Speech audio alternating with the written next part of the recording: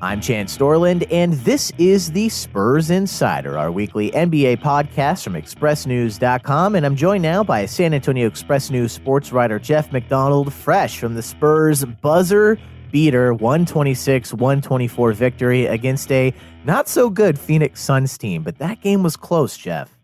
Yeah, it wasn't a very satisfying victory, I don't think, for the Spurs faithful. Is kind of like an empty calories kind of victory, playing against a team a Phoenix team that's bringing up the rear in the Western Conference is, probably actively trying to lose and had lost 8 in a row coming in. The Spurs couldn't put them away. Um, Tried very hard to give the Suns the game, but Rudy Gay bailed them out with a 20-footer at the buzzer to give them a win. At the end of the season, when you're looking at who's in the playoffs and who's not, it counts the same as beating Golden State by 50. So they'll celebrate it then. At this point, they're not so happy with it. I know Pop, after the game, took no questions, had about a 20-second statement in which he basically said, Spurs didn't play very well, disrespected the game, and Phoenix got robbed. So you can tell Pop's not real thrilled with the way the Spurs played tonight. And I just want to throw in, I thought it was hilarious how Rudy Gay got tackled after that shot. Yeah. So it's like, I think Davis Bertans bear hugs him. They take him to the ground. There's just a big dog pile, and then they go to the back, and like 5 seconds later, Pop is ripping them and telling the media how sorry they played, and doesn't really allow them to rest on their laurels very much, because they're at the point of the season now with about 30 games to go where a win isn't just a win. Like, you want to start building good habits and building towards the playoffs and building a team that's going to do some damage once it gets to the playoffs, and playing the way the Spurs did last night tonight with so little focus and urgency, and the defense just not being anywhere close to par. That's a win like this. Maybe Pop lives with it in let's say November, but by the time you're into late January, heading towards February, it's not going to cut the mustard with Greg Popovich as your head coach. And so, obviously, a disappointing win. That's a weird thing to say, but I guess that would be the way to put it. Exactly. But to break it down, obviously, DeMar DeRozan, once again, still out, although he did do some shooting before the game, apparently. But yeah, I mean, Phoenix is bad. I mean, even without DeMar DeRozan, shouldn't have been this close. Yeah, and especially not at home. A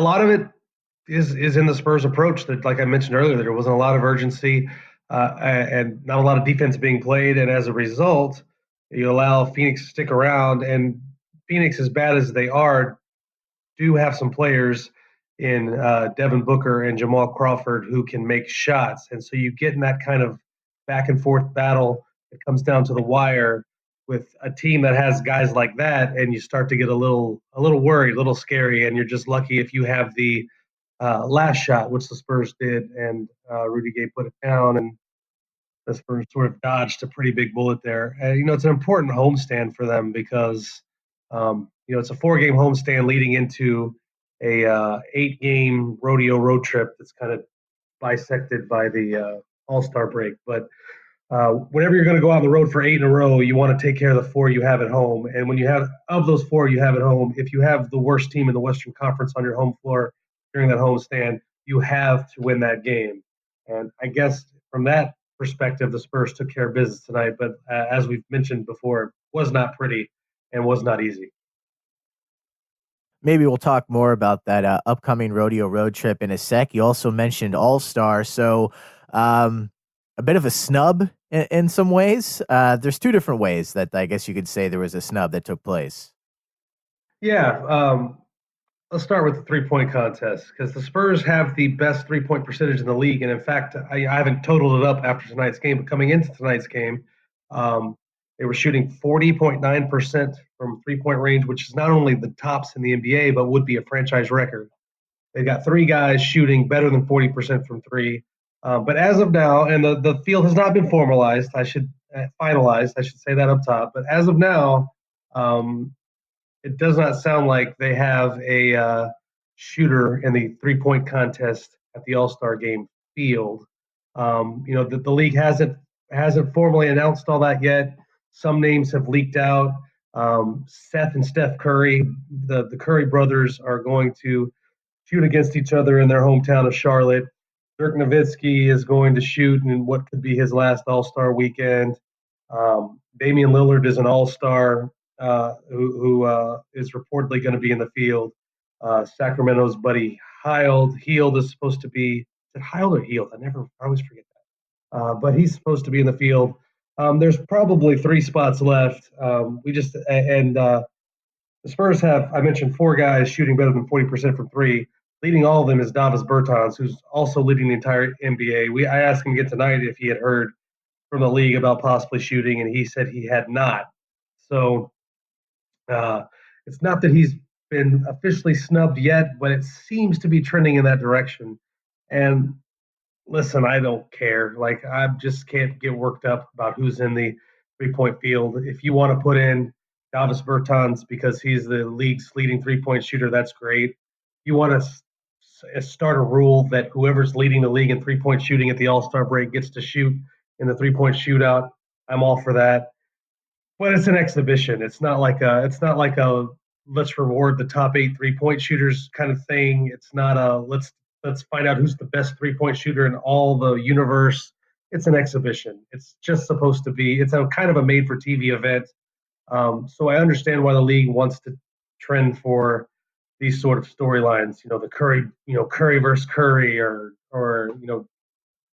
Dirk in his twilight, that kind of thing. And I understand why you choose that over just choosing sort of a vanilla shooter coming off the bench in small market San Antonio. I mean, no one's going to argue if Davis Bertans ends up in that field. He's a great shooter. He could probably win the thing if he's in it. But if he's not, I'm not going to really cry foul or anything. Like, I just can't bring myself to get that worked up about the 3-point shootout field. I mean, I have a lot more problems in my life than than to care what happens with that. But if it does happen that Davis gets invited, more power to him. Totally well deserved, and like I said earlier, he has a good shot at winning it. Just, I think his shooting stroke is built for that kind of contest. And then also kind of the second snub that I mentioned, this one maybe I guess would be more important because there is that long record that, the Spurs have a lot of long records that last year and this year people were worried about whether or not they would continue. So far, no All-Stars named, but the reserves are going to be announced Thursday.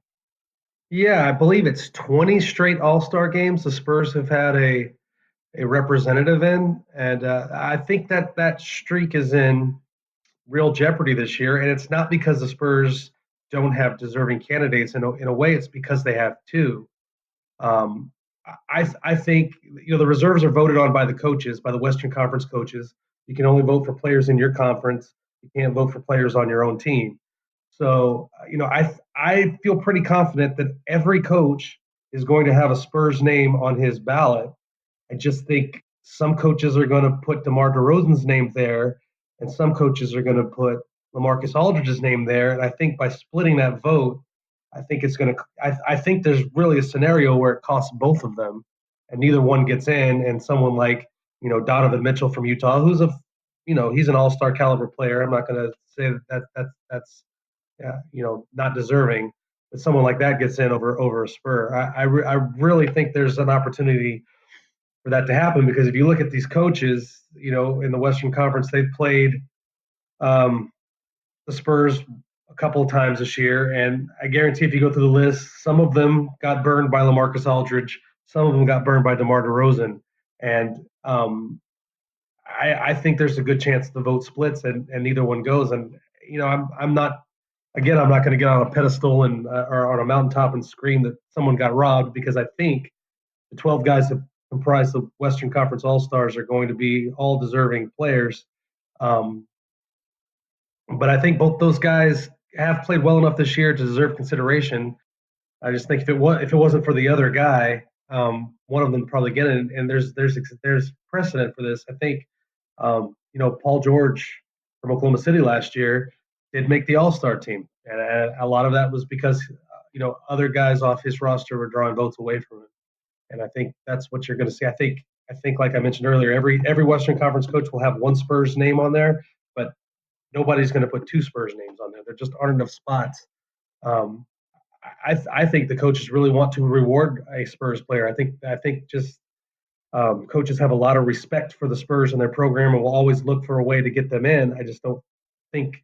I think they're gonna. There's a chance they split the vote and either one of them gets in. If I had to pick one at this point, I think my vote would go to LaMarcus. I think that would have been a different answer maybe a month and a half ago, because LaMarcus really had a really horrific November, but December and January were great, and he's kind of carried the Spurs at a time where DeMar DeRozan has kind of faded a little bit, and so if it were up to me, he would get rewarded for that, but I'm not sure that's going to happen. I guess we'll have to wait and see on Thursday. And then going back to something that was mentioned a little bit earlier, we got that rodeo road trip coming up. Do you want to talk a little bit about the upcoming games leading up to getting the heck out of Dodge? Yeah, the Spurs are in the middle of a 4-game homestand, and it's just pretty important as a springboard into that period where you're not going to be at home for basically 3 weeks. And they won the first 2 games of this homestand. They beat Washington and they beat Phoenix, and they've got Brooklyn coming in on Thursday and the Pelicans coming in on Saturday. And on paper, it looks like sort of an easy path to 4-0 on the homestand. But Brooklyn is kind of better than kind of their name signifies at this point. They're having a pretty good season. They're a dangerous team. They've got a team instead of a collection of players, and they're playing really well. And I don't think that's a gimme game at all. And then with the Pelicans, man, you just don't know what to expect because the Pelicans are going through such turmoil now with Anthony Davis. They're all universe, all-star center. I was going to say signaling, but it's not signaling. It's flat announcing that he doesn't want to play there no more and wants to be traded as soon as possible, whether it's now or this summer. And he's injured right now. We're not sure if he's going to play in that game on Saturday. What's that team look like? What's the mentality around that New Orleans team? Are they banding together to show the world that they can compete without Anthony? Are they in the dumps? Tonight they went into Houston. Was that game in Houston? They beat the Rockets. I believe it was in Houston. Went into Houston and won a game against the vaunted Houston Rockets without Anthony Davis. So they're definitely capable of putting a game together. So I'm not sure that game is going to be quite the cakewalk that maybe people think it is. I think it's going to be a more difficult path to closing this homestand undefeated than it probably looks on paper. And especially if the Spurs play the way they did tonight against Phoenix, you kind of hope that's sort of another wake-up call for them to be like, hey, you can't just no matter who you're playing, no matter if they're 11-40 or whatever Phoenix was, you can't just show up and think that team's going to roll over because every team is full of players that are in the NBA for a reason and that are trying to win games. I mean, even if the organization might be trying to play for draft picks and quote unquote tank, players on the floor are playing to win basketball games and they're NBA players. And if you just show up sort of thinking they're going to roll over, it doesn't really go well for you. So hopefully if you're the Spurs, tonight was sort of a wake-up call. You still got the victory, and maybe you take a better mentality into these final 2 games of the homestand against Brooklyn and New Orleans.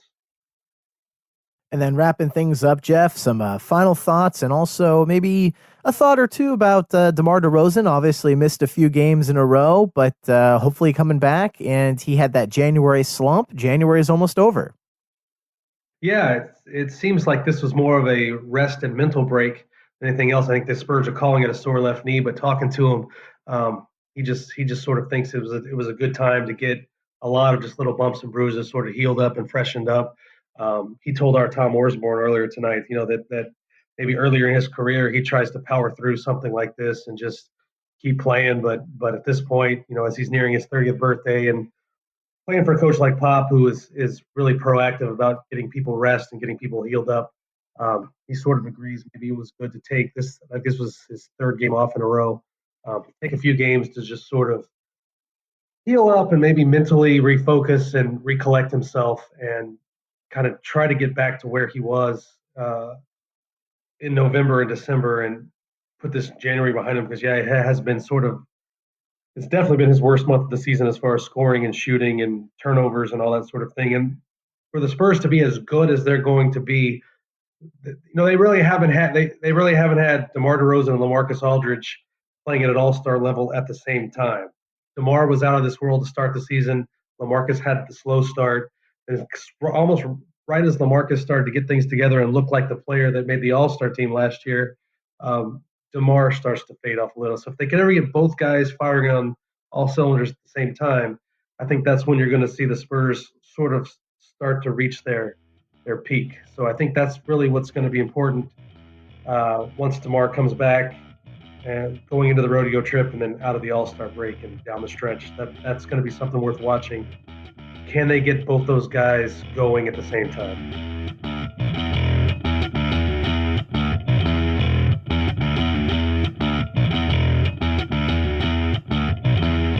And a big thank you for the late night discussion from San Antonio Express News sports writer Jeff McDonald on today's episode of the Spurs Insider, our weekly NBA podcast from expressnews.com. For the San Antonio Express News, I'm Chance Dorland.